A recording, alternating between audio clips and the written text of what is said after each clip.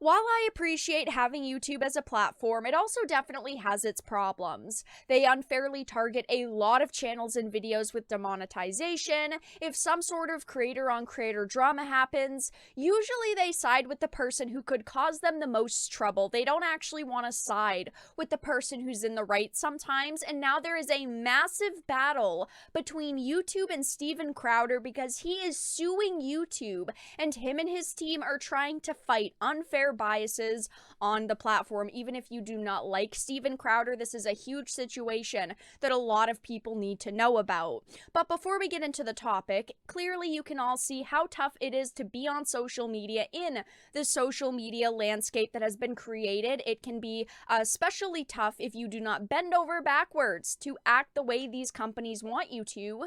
So if you enjoy the content that I create, please make sure to subscribe to the channel. Check out my social media links in the description to Twitter, Minds, BitChute, our Discord server, and consider becoming a Dark Titan via Patreon for just $1 a month. I appreciate all of the support. So I am going to be reading the article put out on louderwithcrowder.com.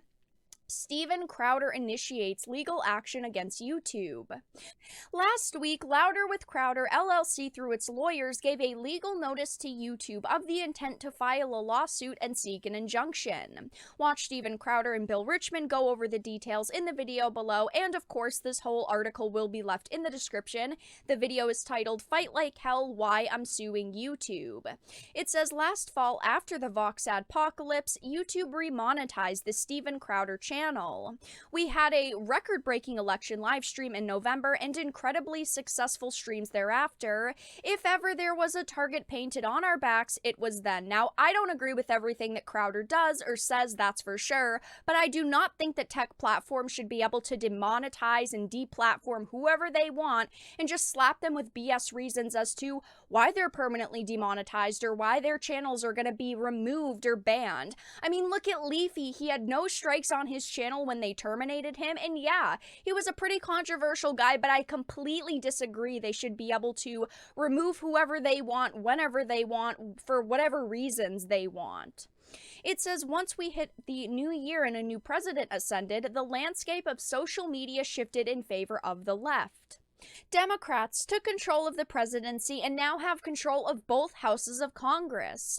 As such, YouTube and other big tech platforms feel emboldened, with very few lawmakers standing in their way. Now, big tech is being protected right now, and I personally don't think that should be the case. Why should big tech be able to have their cake and eat it too? Be able to be editors of content on their platforms and be protected.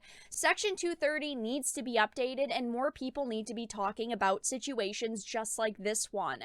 When a company gets to the size of a Twitter, Facebook, Google, I don't think they should be able to have the same protections they did if they were a smaller private company when they control such a large publicly used space. They shouldn't be allowed to censor users when they've got millions of people and billions of posts being made every single month. Now, it says, in 2021, YouTube hit us with a warning of a strike over election content, then issued the first hard strike on our channel. If you didn't know, YouTube does this. They offer kind of a warning strike, like, hey, you did something wrong, but it's your first offense. We're not going to punish you too hard. But then it says the first hard strike was related to a COVID policy in our March 18th video of the 1-year anniversary of 15 days to flatten the curve.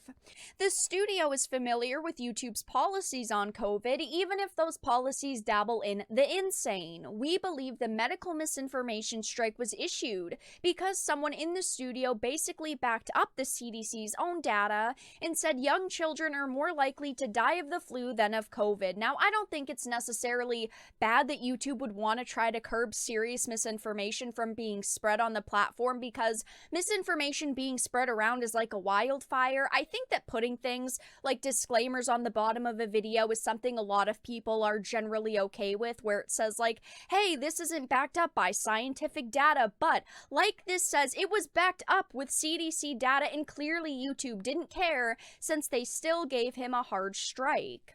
It says the second hard strike is the most absurd, and it was issued against the Columbus shooting video they had.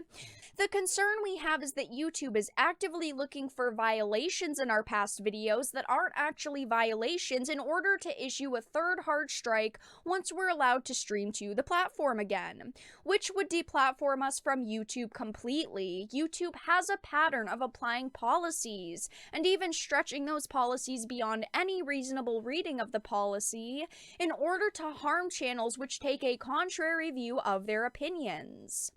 Because of this history of YouTube applying strikes against us for policies it doesn't seem to apply to other channels, because YouTube hasn't been clear about these policies and seems to apply them unfairly to us, we have notified YouTube of the intent to file a lawsuit and seek an injunction.